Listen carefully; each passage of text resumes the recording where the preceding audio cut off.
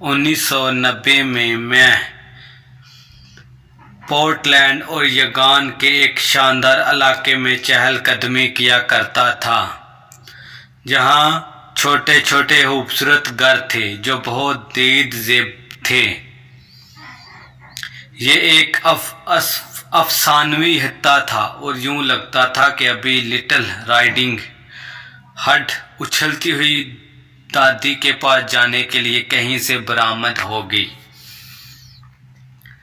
बहुत से मकानों पर बराए फरोख्त के बोर्ड आवेज़ा थे। लकड़ी की मार्केट की हालत बहुत नाजुक थी।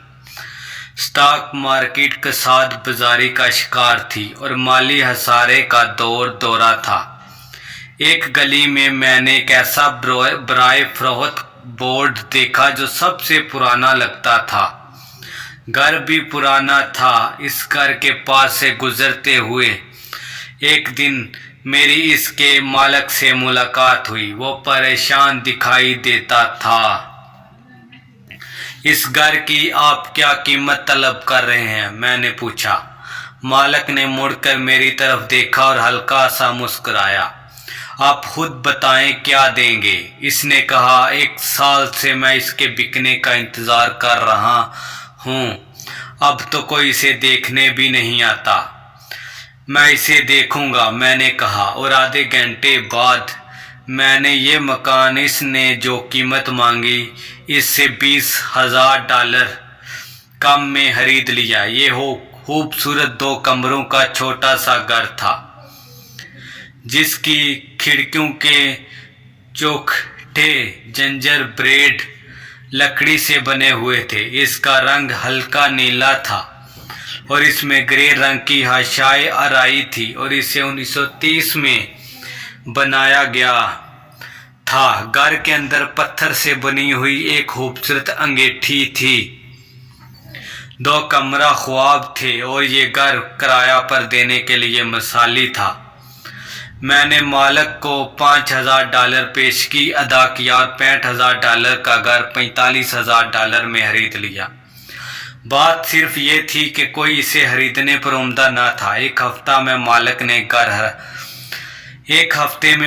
ने घर खाली कर दिया। मकान से छुटकारा पाकर इसने सुख का सांस लिया और मेरे पहले किराएदार ने घर में कदम रखा, जो एक मकामी कॉलेज का प्रोफेसर था। खरीद और रहन की दस्तावेजात पर उठने वाले अखराजात की अदायगी के बाद हर माह मुझे $40 की आमदनी शुरू हो गई। ये कुछ भी ना थी।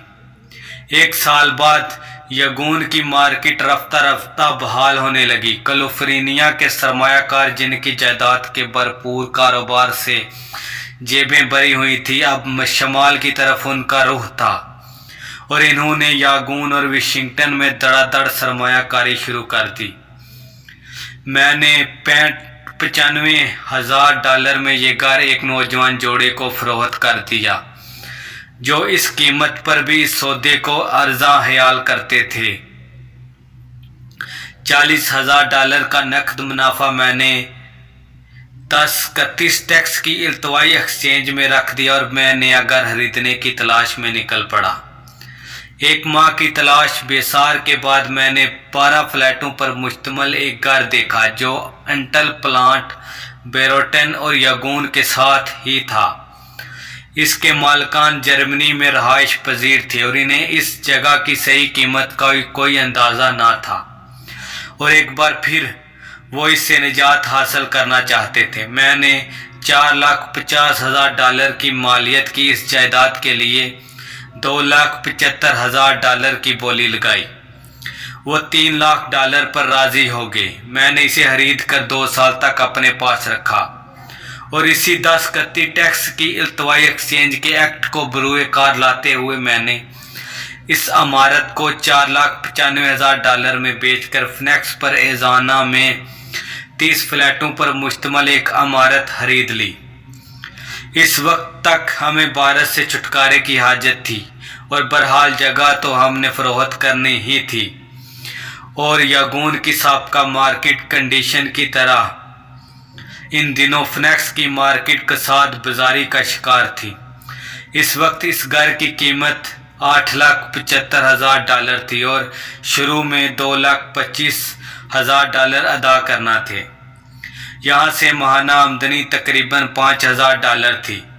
پھر ایریزونا کی مارکیٹ اٹھنے لگی اور 1996 میں یہ جائیداد کولوریڈو کے ایک سرمایہ کار نے خریدنے کے لیے $1.2 ملین کی پیشکش کی۔ میں اور میری بیوی اسے بیچنے کے ہوا تھے، مگر ہم نے انتظار کیا یہ دیکھنے کے لیے کہ شاید کانگریس کل منافع پر ٹیکس کے نفاذ کا قانون بدل ڈالے۔ اس صورت میں ہمیں جائیداد کی قیمت میں مزید 15 سے 20% اضافے کی توقع تھی۔ علاوہ ازیں ہر ماہ $5,000 کی اچھی خاصی آمدنی ہو رہی تھی۔ اس مثال سے میں نے یہ ظاہر کیا کہ چھوٹی رقم کس طرح بڑی رقم میں تبدیل ہو جاتی ہے۔ دوبارہ بنیادی مسئلہ وہی ہے کہ مالیاتی رپورٹوں کی سمجھ بوجھ، سرمایہ کاری کی حکمت عملی، مارکیٹ کے رجحان کا ابلاغ اور قوانین سے آشنائی۔ اگر ان باتوں کا علم نہیں تو پھر لازم ہے کہ لوگ مروجہ اصولوں کو اپنائیں، یعنی خطرہ مول نہ لو، مختلف راستے ڈھونڈو اور صرف مستحکم جائیداد خریدو۔ مگر ایسی جائیداد عام طور پر مہنگی ہوتی ہے اور منافع کی شرح بہت قلیل ہے۔ عام طور پر بڑے بڑے پراپرٹی ڈیلر ایسی جائیدادوں پر ہاتھ نہیں ڈالتے، کیوں نہ کہ انہیں علم ہوتا ہے کہ ڈھیر ساری کوشش کے بعد نہ تو ان کے پلے کچھ پڑے گا اور نہ ہی سرمایہ کار کو فائدہ ہوگا، اور یہ ایک دانش مندانہ حکمت عملی ہے۔ عام طور پر منافع بخش سودے نئے سرمایہ کاروں کے ہاتھ نہیں لگتے، یہ ان امیروں کے حصے میں آتے ہیں جو زیادہ امیر بننے کے خواہش مند ہوتے ہیں اور اس کھیل سے پوری طرح باخبر ہوتے ہیں۔ عام طور پر یہ سودے بازی خلاف قانون ہے۔ کاروباری حضرات کو ایسی جائیدادیں خریدنے کی ممانعت ہے، مگر سب کچھ ہوتا ہے۔ جو میں زیادہ کاروباری اور گاہک ہو رہا ہوں، زیادہ سے زیادہ فائدہ بخش سودے میرے سامنے آ رہے ہیں۔ اپنی مالی استعداد اور موقع پرستی کی افزائش کو زندگی بھر کے لیے دوام دینے کا مطلب یہ ہے کہ وقت کے ساتھ ساتھ اسے منافعت بخش سودوں کی تعداد بڑھتی رہتی ہے، اور جو آپ کی ذہانت میں ترقی ہوتی ہے، آپ کی چھٹی حس فوری طور پر اندازہ کر لیتی ہے کہ فلاں سودے میں منافع کی توقع ہے یا نہیں۔ یہ آپ کی ذہانت ہے جو آپ کو آگاہی دیتی ہے کہ فلاں لین دین سود مند نہیں۔ یہ ایک بڑے سودے کو اپنے فائدے میں کیسے ڈالا جائے۔ جو میری جانکاری میں اضافہ ہو رہا ہے اور ابھی مجھے اور بہت کچھ جاننا ہے، اتنا ہی میری آمدنی میں اضافہ ہو رہا ہے، کیوں نہ کہ جو وقت گزر رہا ہے میرا تجربہ اور قابلیت اسی مناسبت سے بڑھ رہے ہیں۔ میرے کچھ دوست احتیاط سے اور خطروں سے بچتے بچاتے آگے بڑھنے کی کوشش میں مصروف ہیں۔ وہ اپنے پیشوں میں دل لگا کر محنت کر رہے ہیں، مگر جہاں تک مالی دانشمندی کا سوال ہے وہ ان سے کوسوں دور ہیں، کیوں نہ کسی حاصل کرنے کے لیے وقت درکار ہے۔ میری بنیادی سوچ یہ ہے کہ اپنے اثاثوں کے کالم میں زیادہ سے زیادہ بیج بوتا ہوں، یہی میری حکمت عملی ہے۔ میں تھوڑے سے شروع کرتا ہوں اور بیج لگاتا ہوں، کچھ بیج پمپ کر پودے بن جاتے ہیں، کچھ نہیں۔ ہماری حقیقی کارپوریشن جو پراپرٹی کے کاروبار سے منسلک ہے، اس کے پاس $1 کی جائیداد ہے۔ یہ ہماری ریٹ ہے، یعنی رائل اسٹیٹ انویسٹمنٹ ٹرسٹ۔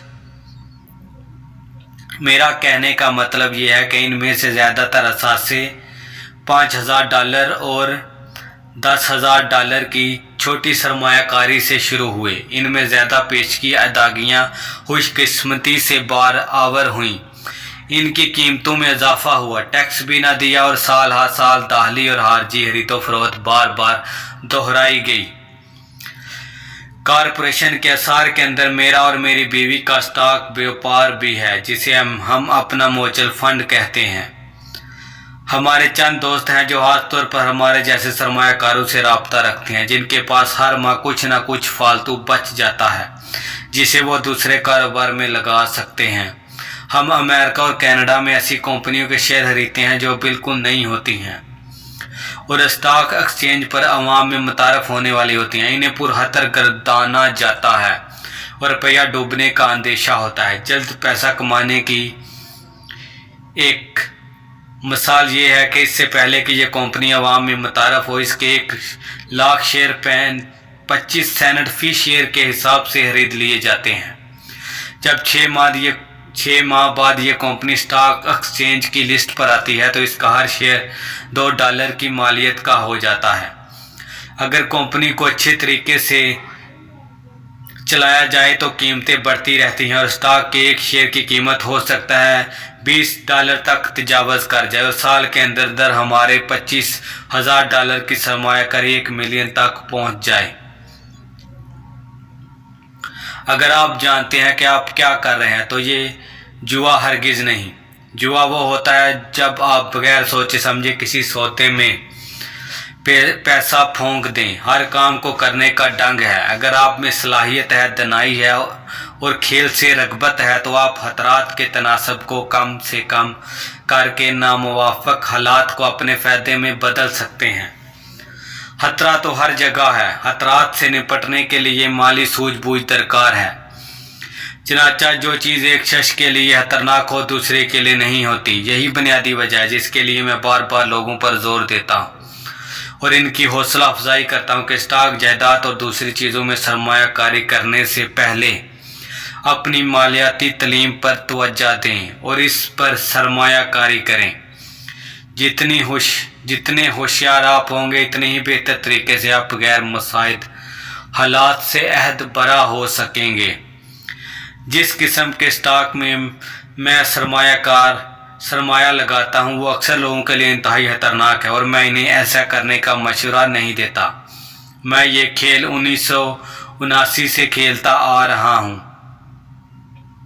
اور میں نے اس میں بہت کچھ کمایا، لیکن اگر دوبارہ آپ اس کو پڑھیں کہ ایسی سرمایہ کاری اکثر لوگوں کے لیے کیوں اتنی خطرناک ہے تو آپ اپنی زندگی کے لیے ہو سکتا ہے کوئی دوسرا راستہ اختیار کریں تاکہ $25,000 کی سرمایہ کاری سے $1 ملین 1 سال کے اندر بنانے کی صلاحیت آپ کے لیے چھوٹا خطرہ بن جائے۔ جیسا میں نے پہلے کہا کہ جو کچھ میں نے لکھا ضروری نہیں کہ آپ وہ کریں جو سادہ ہے اور ممکن ہے۔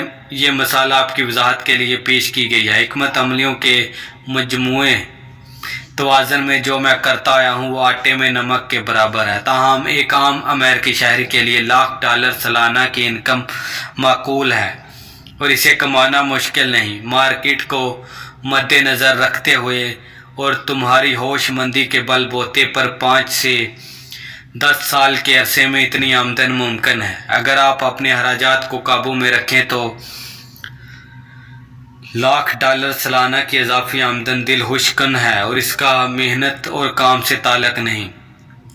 آپ کام کر سکتے ہیں یا گھر بیٹھ سکتے ہیں اور حکومت کے ٹیکس کے نظام کو اپنے فائدے میں استعمال کر سکتے ہیں بجائے اس کے کہ آپ اسے اپنے برخلاف کریں۔ میری اپنی زیادہ توجہ جائیداد پر ہے۔ مجھے اس سے بے پناہ عشق ہے کیوں نہ کہ اس میں استحکام ہے اور یہ سست روح ہے۔ میں اسے مضبوط سے مضبوط تر بناتا ہوں۔ کیش فلو ہر وقت متوقع ہے اور اگر اس کی مناسب دیکھ بھال کی جائے تو قیمت میں کئی گنا اضافہ ہو جاتا ہے۔ اس سے یہ فائدہ بھی ہوتا ہے کہ اسی مضبوط بنیاد کے سہارے میں اسٹاک مارکیٹ کے کاروبار میں خطرات مول لے سکتا ہوں۔ یہاں اگر مجھے زیادہ آمدنی ہوتی ہے تو اس پر میں اپنا گین ٹیکس ادا کر کے جو بچت ہوتی ہے اسے جائیداد کی خریداری میں لگا دیتا ہوں۔ اس طرح میں اپنے احساسوں کے آنے میں چند الفاظ کا اضافہ کر لیتا ہوں۔ جائیداد کے بارے میں میں یہی کہنا چاہوں گا، میں تمام دنیا گھوم چکا ہوں۔ ہر جگہ میں نے سرمایہ کاری پر زور دیا ہے۔ ہر شہر میں نے یہ بات سنی کہ موجودہ دور میں سستی جائیداد کا حصول دشوار ہے۔ میرا تجربہ اس سے مختلف ہے۔ نیو یارک ہو یا ٹوکیو، یہاں تک آپ کے اپنے ارد گرد بہترین سودے بکھرے ہوئے ہیں جو آپ کی توجہ کے طالب ہیں۔ ان پر اکثر لوگوں کی نظر نہیں پڑتی۔ سنگاپور، جہاں آج کل قیمتیں آسمان کو چھو رہی ہیں، شہر سے تھوڑے فاصلے پر نہایت سود مند سودے موجود ہیں۔ چنانچہ جب میں کسی کو یہ کہتے سنتا ہوں یہاں ایسا کرنا ممکن نہیں تو میں انہیں یاد دلاتا ہوں کہ اس کے بجائے انہیں یہ کہنا چاہیے تھا مجھے علم نہیں کہ یہاں اسے کیسے کرنا ہے۔ ابھی تک अच्छे मौका आपको आंखों से सजाई नहीं देते, इन्हें ज़हन की आंख से देखना पड़ता है। अक्सर लोग दौलतमंद बनने में इसीलिए नाकाम रहते हैं कि इनमें मालियात की मुनासिब तरबियत का फुकदान होता है। मौका इनकी आंखों के सामने होते हैं मगर इन्हें दिखाई नहीं देते। अक्सर मुझसे पूछा जाता है मैं कैसे इब्तिदा करूं। पिछले बाब में इन 10 इक़दाम का जिक्र किया जिन पर चलकर मैंने इक़्तिसादी खुदमुख्तारी हासिल की। काम के साथ तफरीह भी ज़रूरी है। ये महज एक खेल है जिसमें जीत के साथ हार भी है। इसे हल्के फुल्के अंदाज में लें। अक्सर लोग सिर्फ इस वजह से जीत से महरूम रहते हैं कि हारने का खतरा हर वक्त उनके सरों पर मंडलाता रहता है। इसलिए मैंने स्कूल की तालीम को बेमकसद करार दिया। स्कूल में हमें सिखाया जाता है कि गलतियां करना बुरा फाल है और अगर हम गलतियां करें तो हमें सज़ा मिलती है। लेकिन आप अगर इंसानी कारकर्दगी को मुलाहजा करें तो सीखने के लिए गलतियों का सरजद होना लाजमी अमर है। चलने के लिए हमें बार बार गिरना पड़ता है। अगर हम गिरने से बचते रहे तो कभी भी चलने के काबिल ना होते। इसी तरह जब हम साइकिल चलानी सीखते हैं, अभी तक मेरे घुटनों पर जख्मों के निशान हैं लेकिन अब मैं आसानी साइकिल चला सकता हूँ। इसी तरह अमीर बनना भी है। बदकिस्मती से अक्सर लोग गुर्बत की चक्की में इसलिए पिसते रहते हैं कि वो अमीर बनने के लिए खतरात मोल नहीं लेते। जीतने के आदी लोग हारने से नहीं घबराते मगर हारने वाले लोग हारने से डरते हैं। नाकामी कामयाबी की राह में एक स्पीड ब्रेकर है। जो इससे बचने की कोशिश करते हैं इनके लिए आगे बढ़ने की राह है महदूद हो जाती है। मैं रुपये पैसे को अपने टेनिस खेल की तरह खेलता हूँ। मैं ज़ोर शोर से खेलता हूँ, गलतियाँ करता हूँ, इनकी इस्लाह करता हूँ और रफ्ता रफ्ता मेरा खेल बेहतर हो रहा है। अगर मैं हारता हूँ तो नेट के पास जाकर अपने मुखालिफ खिलाड़ी से गर्मजोशी से हाथ मिलाता हूँ, मुस्कुराता हूँ और कहता हूँ अगले हफ्ते फिर तुमसे मुलाकात होगी। पहली किस्म इन लोगों की है जो पूरे का पूरा यूनिट खरीद लेते हैं। वो किसी प्रॉपर्टी कंपनी के मुतज़म से रब्ता करते हैं या किसी स्टॉक ब्रोकर और मालियाती मशीर से रब्ता करके कुछ खरीदारी करते हैं जिसे म्यूचुअल फंड, रेट स्टॉक या फिर बॉन्ड। सरमायाकारी का ये एक सादा, अच्छा और साफ सुथरा तरीका है।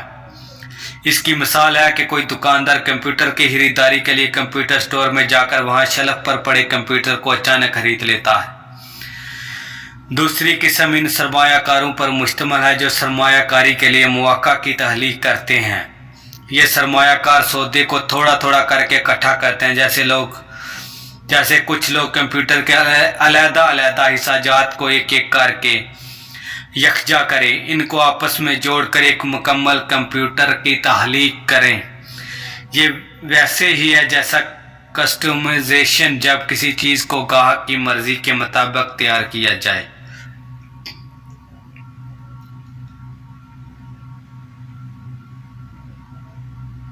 मुझे कंप्यूटर तैयार करने की ABC से भी वाकफियत नहीं, बजाय इसके कि मुझे मौक़ों को यकजा करने का फ़न आता है। ये इन लोगों को जानता हूँ जो ऐसा करते हैं। दूसरी किस्म से मतलब ये सरमायाकार दरअसल पेशादार सरमायाकार हैं। बाज़ औक़ात इन छोटे छोटे हिस्सों को हासिल करने में कई साल लग जाते हैं। बाज़ दफ़ा इससे भी होता है कि सारे जज़ो मिस्र नहीं आते। मेरा अमीर डैड मुझे इस किस्म का सरमायाकार बनने की तरगीब देता था। इन मुख्तलिफ हिस्सों को इकट्ठा करने के बारे में जानना ज़रूरी है, क्यों ना कि इसमें बड़ी बड़ी कामयाबियाँ नसीब होती हैं और इसी तरह अगर हालात साजगार ना हो तो बड़े बड़े नुकसान उठाने पड़ते हैं। अगर आप दूसरी किस्म के सरमायाकार बनना चाहते हैं तो आपको 3 सलाहतों में इस्तेदाद बढ़ानी होगी और ये मालियाती जहानत के इर्तिका के लिए हासिल करदा ख्वास के अलावा है। ऐसा मौका कैसे तलाश करें जिस पर किसी और की नज़र ना पड़ी हो, जिसे और लोग देखकर भी नहीं देख पाते। इसे आपने जहन की आंख से देखना होगा। मिसाल के तौर पर एक दोस्त ने पोशीदा पुराना घर खरीदा। इसे देखकर तबीयत अचाट होती। हर शख्स हैरान था इसने ऐसा क्यों किया, जो इसने देखा और जो हमने नहीं देखा। इस घर से मुतसल 4 खाली प्लाट थे। ये मालूमात इसने टाइटल कंपनी या रजिस्ट्री के दफ्तर से हासिल की। मकान पर कब्जा हासिल करने के फौरी बाद इसने इसे गिरा दिया और 5 प्लाटों को एक बिल्डर के हाथ 3 गुना कीमत पर फरोख्त करके दिया। 2 माह के बाद इस काम के बदले इसने $75,000 कमाए। बेशक ये इतना पैसा नहीं, मगर तनहा से बहरहाल बेहतर है। ऐसा करना चंदा मुश्किल नहीं। पैसा कैसे इकट्ठा किया जाए? आम आदमी इस मकसद के लिए बैंक का रुख करता है। दूसरी किस्म का सरमायाकार रकम इकट्ठी करने के फन से बखूबी आगाह होता है और बहुत से तरीके हैं जिनसे बैंक में जाए बगैर पैसे का असूल मुमकिन है। शुरू में मैंने ऐसे घरों को खरीदने पर तरजीह दी जो बैंक के पास रहन ना थे। मकानों से ज़्यादा वक्त पर पैसा इकट्ठा करने की सलाहियत अनमोल है। अक्सर मैं लोगों को कहते सुनता हूँ, बैंक कर्ज देने पर तैयार नहीं, या मेरे पास इतने पैसे नहीं कि मैं इसे खरीद सकूं। लेकिन अगर आप दूसरी किस्म के सरमायाकार बनना चाहते हैं तो तुम्हें ऐसा करने का तरीका सीखना लाजमी है जो दूसरों की राह की रुकावट बनता है। दूसरे अल्फाज में, पैसे की कामयाबी की वजह से अक्सर लोग सौदा करने के काबिल नहीं होते। अगर आप इस रुकावट से छुटकारा पा सकें तो आप बहुत से दूसरों से करोड़ों रुपए ज़्यादा बना सकेंगे जो इस फन से बहरा हैं। मुतअद्दिद बार मैंने घर खरीदे, फ्लैट और स्टॉक खरीदे जब बैंक में मेरे नाम पर एक दुमड़ी भी ना थी। एक बार मैंने एक बिल्डिंग $1.2 मिलियन में खरीदी। इसे मैंने ट्रैंग इट अप मायदे के तहत खरीदा। हुकूमती कागजात पर तहरीरी तौर पर बाकायदा समझौता हुआ जिस पर खरीदार और फरोख्त कंधा ने दस्तखत किए। मैंने $1,00,000 इधर उधर से इकट्ठे करके अदा किए। बकाया रकम 90 दिनों में अदा करनी थी। मैंने ऐसा क्यों किया? क्यों ना कि मुझे अंदाज़ा था कि इस जायदाद की मार्केट वैल्यू कम से कम $2 मिलियन थी। मैंने रुपया उधार नहीं लिया। हुआ ये कि जिस शख्स ने मुझे $1,00,000 दिए थे, इसने मुझे मज़ीद $50,000 इसलिए कर दिए कि मैं खरीदार तलाश करूं। यानी इसने मेरी जगह संभाली और मैं वहां से चल दिया। इस काम में मेरे 3 दिन सिर्फ हुए। दोबारा वही चीज़ साबित होती है कि आपका इल्म और जहानत खरीदारी से ज़्यादा अहम है। सरमायाकारी खरीदारी नहीं, ये जानने और शनासाई का इल्म है। तेज तराज ज़हीन लोगों को इकट्ठा करने का फ़न खुद ज़हीन तर लोगों को मुलाजमत फराहम करना और इन्हें अपने मुफाद के लिए काम करने पर उम्दा करना दूसरी किस्म के सरमायाकार के लिए बहुत अहम है। अगर आप ऐसा नहीं कर सकते तो फिर आपको पहली किस्म का सरमायाकार बनने की पुरजोर सलाह दी जाती है। मालियाती बसारत आपकी सबसे बड़ी दौलत है और इससे लाइलम होना संगीन खतरों का हामिल है। खतरे हर जगह मौजूद होते हैं। इनसे बचने के बजाय इनसे नबरत आजमा होना सीखें।